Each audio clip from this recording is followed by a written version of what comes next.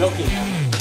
I can't believe it. Me too. I heard about those interns. Yeah, yeah. Every single one of them complained. It's not good. Yeah. So HR really pissed. Yeah, yeah. I'm gonna have to talk about this. Just have that letter on my desk. You on still Monday. talking? Just have that letter on my desk on Monday. Oh, you'll have the letter. All right. You'll have the All letter. right. What? I thought so. Hey guys. Hey. How's it going? Man, did you hear about the letter? Yeah. Yeah, I heard about it. It's crazy. Yeah, so Milky's actually writing it. It's supposed to be a good one. The way he was yelling at Sam, I can believe that there's just going to be, I don't know, There's gonna be a lot of fallout. a lot of four-letter words in there. So, yeah. It's gonna be some changes around here. What's this? It's the one-up show. Oh, right, the CES show. Yeah. How'd that go? Well, Not so good, actually. Here, take a look at this. I'll show you. And that certainly was plenty of phones in that hall also. yeah, you could have picked up like 4 or 5 new phones. Yeah, I picked up that Nokia 6030. That was an awesome phone. I totally love that phone. Did you take it? Yeah, no, yeah. Oh, It was connected by steel cabling. I think they were onto that trick. okay. Well, no, because they give out phones and stuff. Yeah, so I heard, but I didn't really see that happen. That looks like shit. Yeah, I don't know. CES, it was pretty boring. Not much going on. Man, are you kidding me? The gun store with Alex Ward's M16s, freaking Spaz 12 gauge? It's a Spaz 12 gauge, man. It just tears them up. You shot this guy in the neck. Well, in the neck and the stash, we like took a hole out of the center of them. You know, I've always wanted to shoot one of this. I've wanted to shoot one since I was in junior high. We'll go to Vegas. You and me. We'll go to Vegas, make a road trip of it. We'll play some craps and we'll fire guns. All right, man. I got managing editor shit to go do. Congratulations on your promotion, by the way. Thanks, bro. I appreciate it, man. All right, see ya. Hope you enjoy the job. I hated it. Yeah, and Sin Episodes was looking really good. Yeah, I was really surprised. I mean, to me, it was the biggest surprise of the show because we were just walking through and we had never seen it played before. It looked great. Cool, Sin. All right, well, on this end, we got Game Boy Jason. Who's that? Never heard of Game Boy Jason? He's John Riccardi's friend in Tokyo, my friend as well. He's just a cool kid with lots of really cool vintage gear. So we're checking in on his newest creation, which is this Famicom 8 Famicom setup thing that hooked up to a 606, and he's sequencing all these crazy sound tests from these old carts. Should be cool. So we'll check that out. Yeah. Awesome. Yeah. Can't wait to see it. All right, well, good luck with the show. Thanks. Yeah. Thanks. Got about 12 hours. Oh, God. All right. I'll see you later. You know, I can't believe he got to shoot that gun, that punk! Hey, I don't wanna go to work today. Wanna stay home and play all my video games on the one-up show. You know you'll be a star on the one-up show. You already are.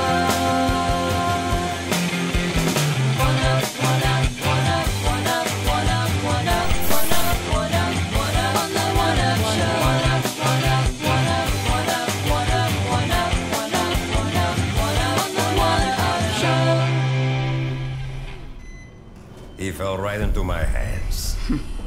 Don't be naive, Roddick. I know this man. Trust me. He knew exactly what he was doing. Is he ready for the procedure? Tech says he's ready to go. Are you sure this is what you want, Alexis? We should just put a bullet in his head. Hell, I'd be happy to do it for free. Your pal and I have some unfinished business. It's been, we actually just hit alpha recently, and we're getting into the final polish phases and just tearing it up. So the live action demo we're doing in there, and we got a trailer coming out right after CES. And we're really excited about getting this puppy wrapped up and getting the first episode out there. Dude, one of the things I saw that was really cool to see in action was the whole dynamic balance, the difficulty system. Yes. And you were showing me that stat screen. Tell us about that stuff. Well, we put in a system to make sure that players that are good players and bad players, players who've never played FPSs before and a hardcore, have a system that tunes the game for them. And what it does is it makes sure that if you're going around getting headshots all the time and you're tearing things up, you're doing a really good job, the game will adjust and start giving guys helmets, and then the guys will start working together, and then they'll start teaming up on you and knocking stuff into in the world. Conversely, if you're a player that's never played an FPS before, you play through the game and it'll get a little easier on you. It'll tune down and tune down and tune down. And the system is self-checking. It'll see if it made an adjustment that went the wrong direction. It's all under the hood. You don't see any of it. But the hardcore players, we have guys in the office been playing shooters for 10 years, and they love it because it gets really hard and it gets very challenging. and players who are wives and girlfriends and people who've never played shooters before come in and play this, and they can still play the game and enjoy it, and it's not too hard for them.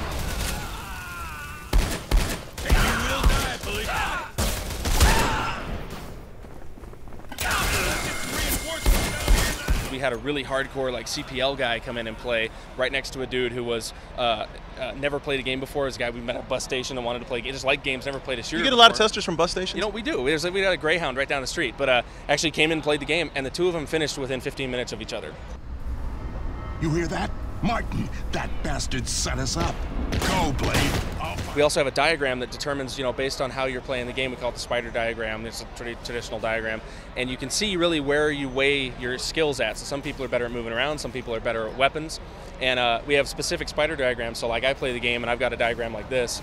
Part of that also allows us to, if you play like Tom a lot, you can be, oh, you're a paradox. And then if you do a lot of things in the game that we track against, the spider diagram is on the same page where we give you kind of a gamer name. And so if you're jumping around like a bunny hopper a lot, it'll say you're a bunny hopper. If you barrel toss too much, it's going to tell you you're a barrel tosser. And if you're an elite sniper, it'll show you you're sniping a lot.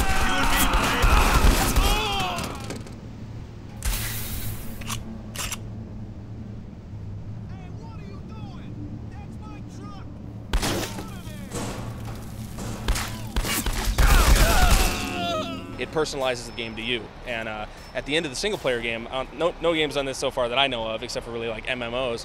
At the end of the single-player game, you can upload your stats to our servers, and we're going to be able to see, did all these people do these things? What did they do? What did they not do? And we're going to adjust further episodes based on, oh, everybody killed this guy, so let's take him out of the next episode. So it's something that community's tied into it, and from a player perspective, it's a very personalized experience too. You play a lot of shooters these days, and you walk up and you see people, the first thing you do is go, I want to use this thing, beep, beep, beep, and they use on it, and it doesn't work. And people they never use anything else in the game at that point. Even if it's just a towel dispenser, you want to be able to walk up and feel like you're in the world. It's incredibly, you want to be able to interact with the world, and games nowadays, there's no reason you shouldn't be able to poke around with everything. So we actually track where people go and what they use and what they do, and if they go up and hit use on something a lot, we go and look at it and go, man, what are they trying to use there? And we figure it out, and we make it interactive, make it blink or do something different, or pop out a towel, or you hit, on the copier will spit out a piece of paper, and that's just something that is missing from those kind of games these days. There's a lot of interactivity, and then also us being able to look at it from a testing perspective. We're testing the hell out of it right now. We got people coming in all the time, and we're looking at this data and going, yeah, we need. You're hitting all the bus stops.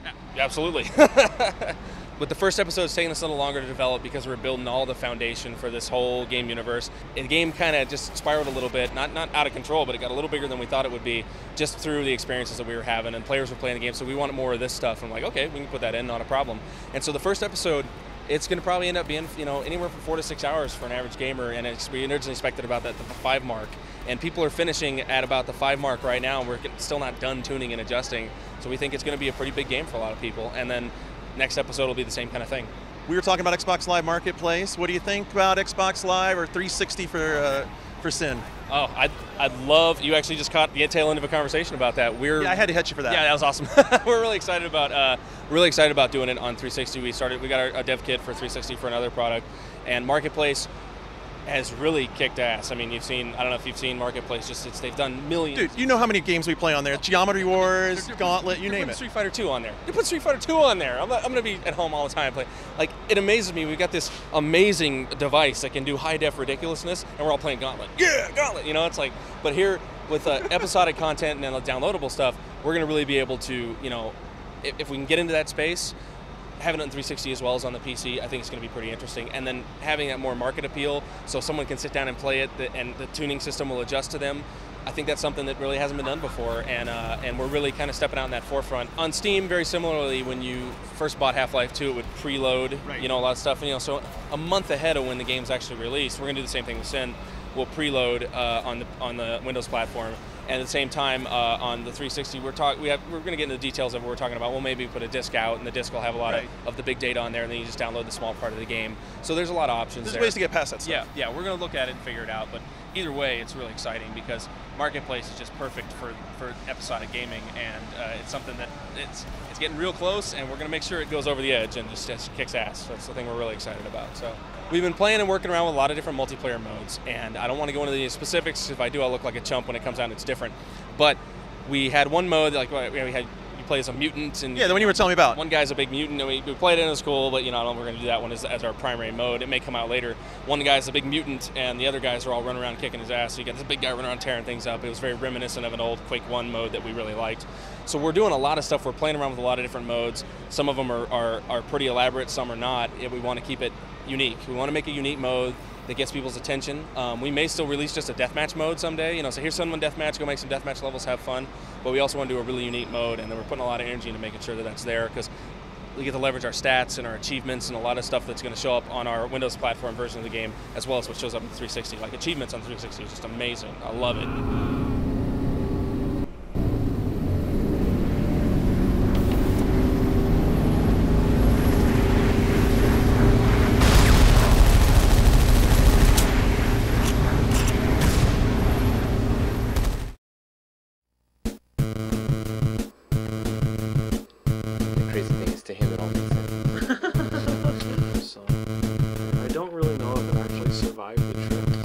We're gonna find out soon enough. How did you? What did you do in Holland? What was the point of going over there? I got invited to play at a festival, there, and they originally asked me to do Game Boy stuff, I think, but then I mentioned that I was doing this, and then they said, okay, you're bringing that. The box was the most expensive thing, and it's more expensive than all of the gear. Which is stupid. That doesn't make any sense, yeah. So the Famicoms, I got 10 Famicoms for about $40. 10 for $40? Yeah, from Yahoo Auctions. They're all dirty, and some of them were not really working. The next thing I'm gonna do is connect the controlling boxes. These boxes convert the data from the drum machine into controller data. Right, so how did you do that? That's really interesting. Months and months and months of experimentation. So, I don't know, it's kind of like there's controller circuitry in here, and then some other circuitry that pulses. Okay. Oops. I don't know what this is connected to.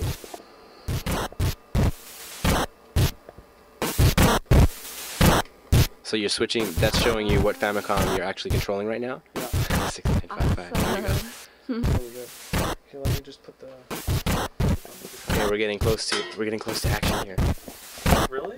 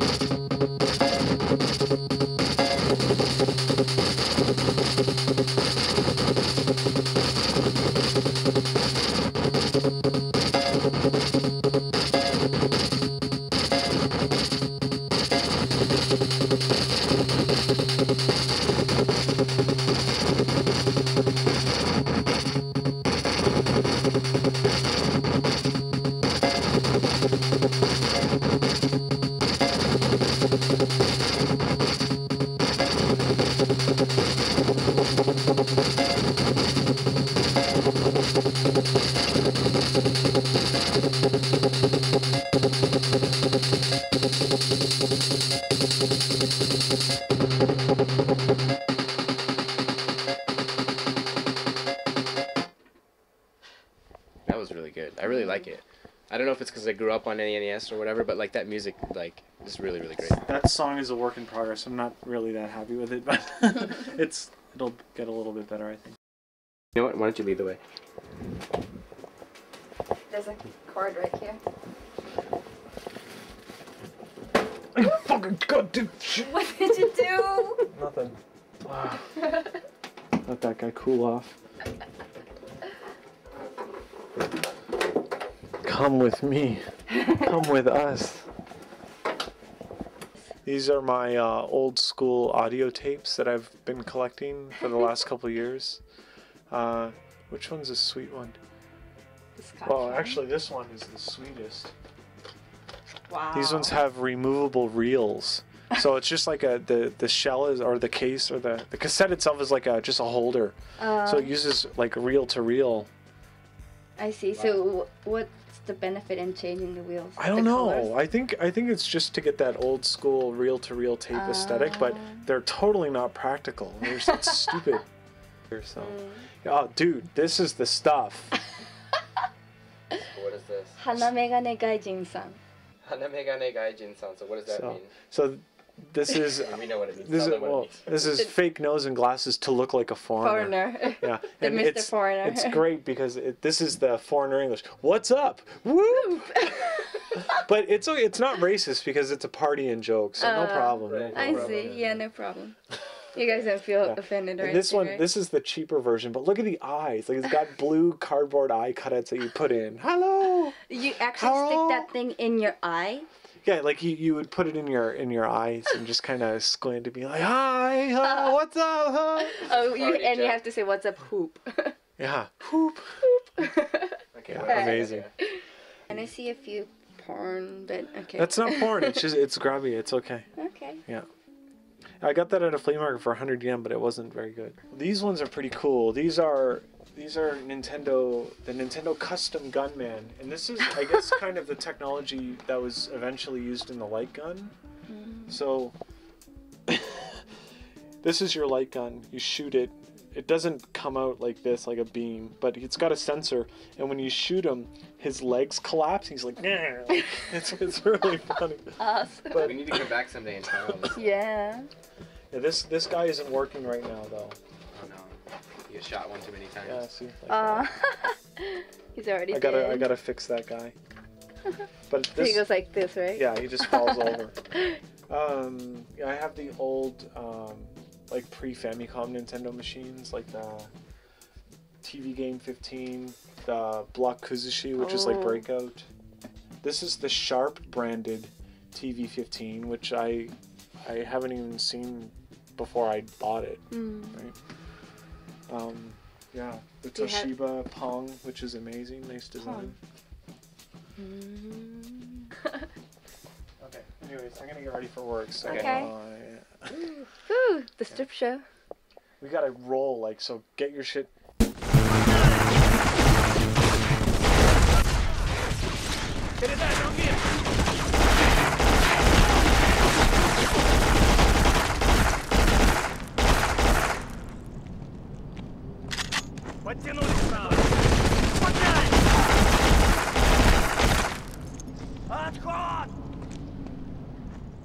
This is Alex Ward. We got him on the One Up Show now. Why? Because we love black. Thanks, man. We appreciate you coming on. Thanks a lot. It's good to be here. We love the One Up Show. And again, I'll do this interview, but then I've got to nip back because I want to play on my Gizmondo. But you didn't bring it with you. No, I left it with me in my room. I don't carry the Gizmondo. I mean, you know, I'm in Vegas right now, but I might get robbed. Somebody might have stolen it from me. So I like to keep it in my room under lock and key. It's actually in a safety deposit box at the moment. I only get it out, you know, for those small private moments. Okay, so I just got to play a new level, and that level surpassed the, the forest level as much as the forest level surpassed the lobby. We showed that level. It was kind of carefully chosen today just because nobody's seen it and we thought everyone's going to dig some of the sequences that we've shown, but there's a couple of levels up our sleeve yet that you haven't seen that are going to surprise you when you see it in the game. So if you like what you've seen so far, hopefully you'll like the rest of the game. So let's go back to like the last level you showed us, the outdoor level. You haven't seen the half of it yet, so that's the border crossing. You've seen the first third of that level, so you haven't walked through the tunnel. You haven't seen the bridge. Yeah, stop. No, stop. No, I don't want to know all that part. But you shouldn't have done that to me. That was horribly mean. The game's not done. I'm not going to give you the whole game. You give me $50, you can see the whole game. You want to speak, I got cash. Let's see, how much we getting? $49.99. Do you want one of each? There we go. Sure. $60. Do you want change? Shit, no, I don't want skate. I just want the game. You want some change? Well, it's coming out on February 24th. So I'll just keep that as a pre-order. Yeah, I'll give you a special code. What are you, freaking EB? Like a gun. Yeah. Is this a gift? Floor. Do you want me to wrap that or?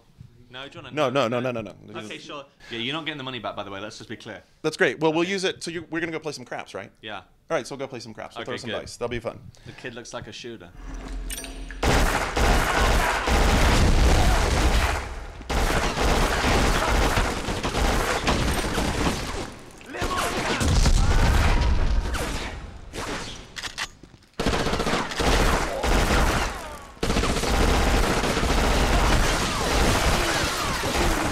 Told everyone already, and we've talked about how the game came out of the fun of firing guns, and Yeah. you guys loving firing guns. Yeah, you bet. So, especially from PC background, we get these guys telling us about how much effort they go to make. Sorry, what was that? PC background. Hey, when's my PC version coming? Sorry, never. Sorry, PC. Sorry, I was just it's a uncontrollable reaction there. Just kind of switched off because kind of bored. Sorry, what was that? Graphics cards? What? Installation. We get. You want to just pause the tape while you install some new drivers? Back to what we were talking about, which was this little game called Black. Yeah, little. I think it's pretty big. You think it's a little game? See, that's the PC mentality. You're always looking down on the rest of it, you see. All you got to do, stop worrying about the graphics performance and everything that they're not doing with gaming. Put the disc in, sit down and play it. And hold the joypad.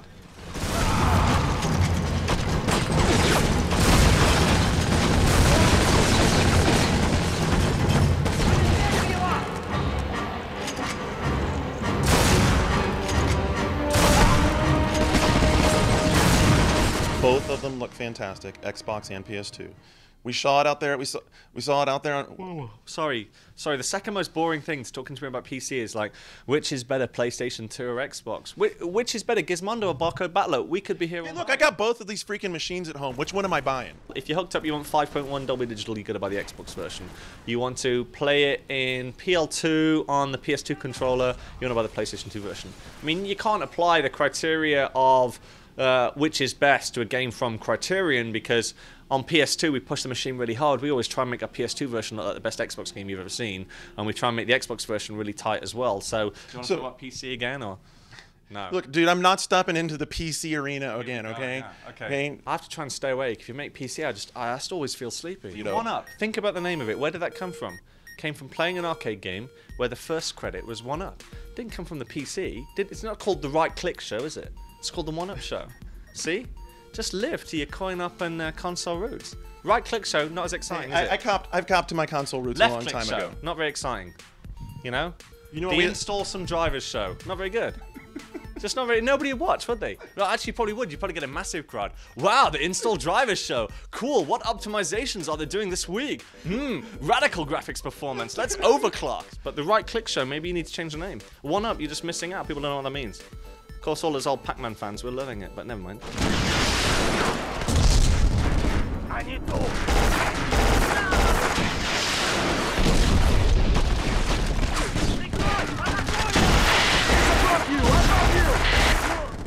The word on the street at the moment from people who've never played our game and just only heard about it, they think it's this like lame run and gun time crisis game, right? That's what they think. They haven't heard us talk about story. They haven't heard us talk about anything else. They've just heard us say it's shooting and blowing stuff up. They think it's probably time crisis. It's probably just run and gun. It isn't run and gun. It's about erodible cover. It's about destruction. It's about completing objectives. It's about different ways you can do stuff. So I think people are going to start to get into what we're doing. And like I said, my line on Black at the moment is, it is what it is. If you're expecting it to be like game X, Y, and Z, it isn't any of those games. It's its own thing. It's Black. I'm curious. EA actually sometimes seems like they don't take a lot of risks. You guys take a lot of risks. Would this game come about if it had been after you'd come to EA? You might think EA is a company that takes risks. Trust me, I know what's going on in the company at the moment. The company takes a lot of risks, more than you know. The internet perception of Electronic Arts, what people think, that ain't the company I work at. You know, the company I work at, it's really cool. There's some of the smartest people in the world making games there. A lot of people on the internet, EA sucks, booyah, all that kind of stuff. They might not like the games. We're obviously doing something right. The games are pretty damn successful. I enjoy a lot of the games the company makes. So the EA guys are the only guys who sat down with us and talked about what we were doing in gameplay. They weren't interested in talking about how much it was to sign the game, what we were doing visually, where we were trying to get to. They were the ones talking about game mechanics, and it was the same when we hooked up with them on Burnout. Everybody else was just happy for us to let us do our own thing. The EA guys challenged us, pushed us, we talked about gameplay. Okay, so you're getting me excited because I'm thinking Black shipped, or shipping. Burnout Revenge, shipping. Obviously, Criterion has a lot of big ideas for 360, live, all those kind of things that could be happening. Tease us. Vacation.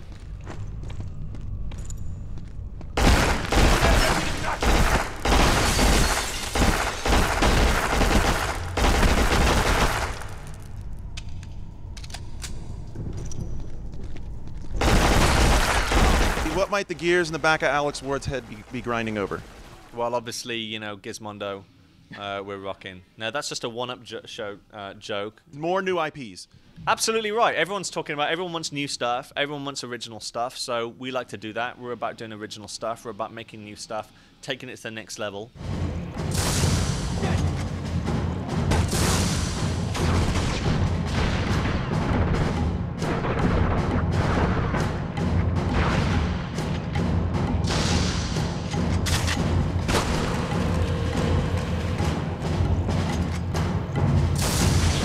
First time I came to Vegas and fired guns and fired machine guns and fired handguns, I came out and sat outside and figured we need to make a shooting game because nothing I'd seen at that point captured it. And I still haven't seen anything yet that really captures what it's actually like. And people who've gone and fired weapons will know what I'm talking about.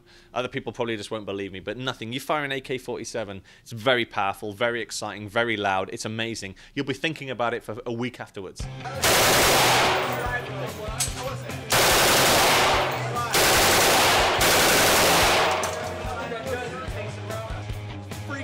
Awesome, man. Guns, bullets, there, down.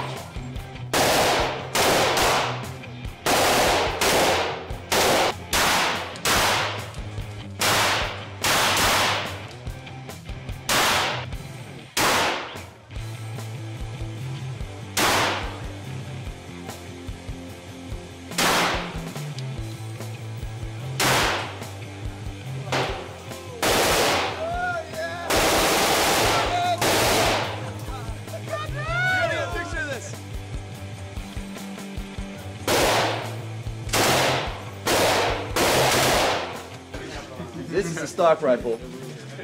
This is actually the one that's been done up.